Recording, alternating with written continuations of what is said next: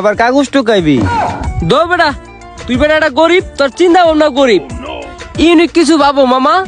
বিজনেসটা করবো বুঝো নাই, ওখানে একটা চেয়ার নিয়ে একটা ল্যাপটপ নিয়ে বসে থাকবো, লোকে আমাকে ছাড় বলবে, মহাজন বলবে, ঠিক আছে বললে আমার টাকা দিয়ে যাবো গা, আর আইসে ভিক্ষা করবো নি। তো বেটা তুই আমার লগে পার্টনার যদি থাকোস তাই থাকতে পারোস। আমার বিজনেস ছোট খাটো না, বুঝোস নাই, অনেক বড় বিজনেস।